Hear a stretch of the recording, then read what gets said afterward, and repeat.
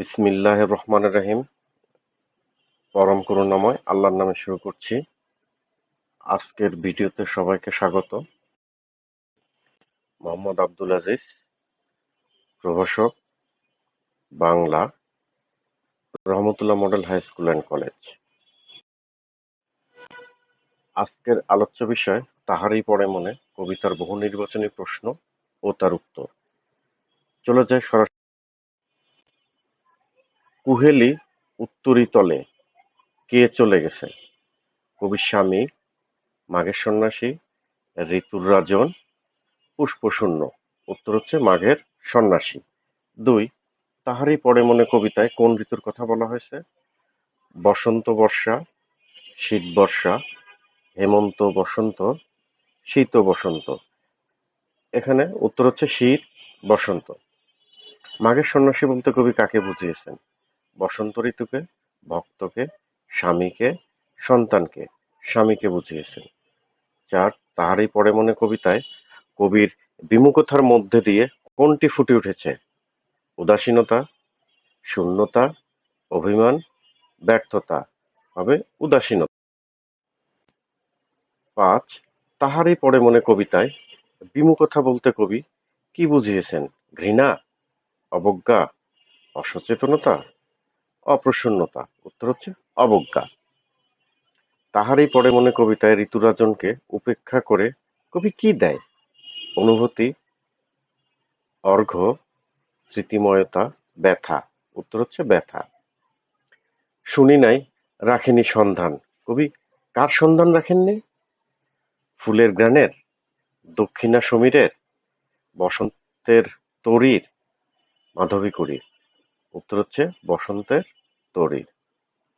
তাহারই পড়ে মনে কবিতায় বর্ণিত কহিল সে স্নিগ্ধ আখি তুলি। কে কহিল? কবি, কবিভক্ত, মাঘের সন্ন্যাসী, ঋতুরাজ। উত্তর হচ্ছে মাঘের সন্ন্যাসী দিগন্তের কোন পথে চলে গেছে? পত্রহীন, পুষ্পশূন্য, কুয়াশায় ঢাকা, রিক্ততার। পুষ্পশূন্য পথে। তাহারই পড়ে মনে কবিতায় পাথার শব্দের অর্থ কি? চাদর, বসন্ত, মাঠ, সমুদ্র। উত্তর হচ্ছে সমুদ্র। তাহারই পড়ে মনে কবিতার প্রধান দিক কোনটি?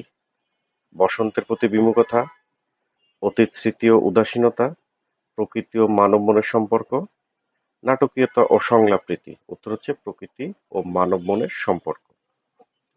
তাহারই পড়ে মনে কবিতায় কবি কার প্রতি তীব্র বিমুখতা?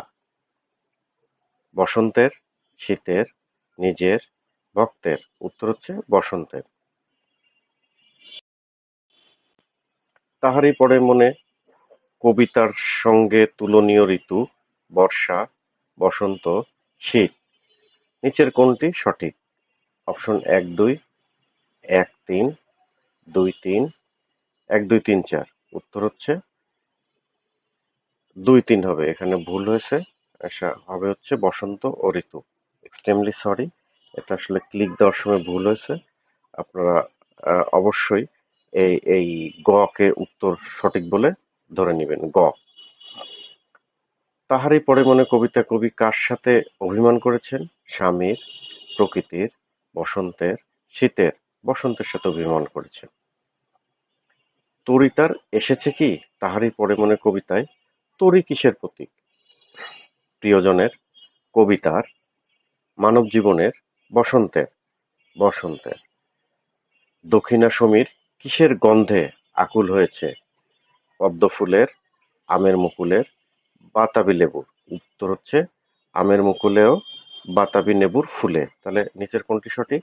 ১-২, ১-৩, ২-৩, ১-২-৩। উত্তর হচ্ছে ২-৩। তারই পরে মনে কবিতায় কবির সাথে মাঘের সন্ন্যাসী সম্পর্ক কোথায়? বৈরাগ্যে, তিক্ততায়, প্রেমে। কোনটি সঠিক? ১-২, ১-৩, ২-৩, ১-২-৩। আসলে এই মাঘের সন্ন্যাসীর সাথে সম্পর্ক ছিল বৈরাগ্য এবং রিক্ততায়। তাহলে সঠিক হচ্ছে ১ আর ২। তাহারই পরে মনে কবিতায় শীতকে মাঘের সন্ন্যাসী বলেছেন কারণ পদ্ম ফুলের জন্য, আমের মুকুলের জন্য, বাতাবি লেবুর জন্য। আসলে প্রশ্ন একটা রং অ্যান্সার, মানে এই প্রশ্নটা হবে না। এই প্রশ্নের পরিবর্তে আমরা স্কিপ করে সবাইকে অসংখ্য ধন্যবাদ জানিয়ে আজকের মতো শেষ করছি। আল্লাহ হাফেজ।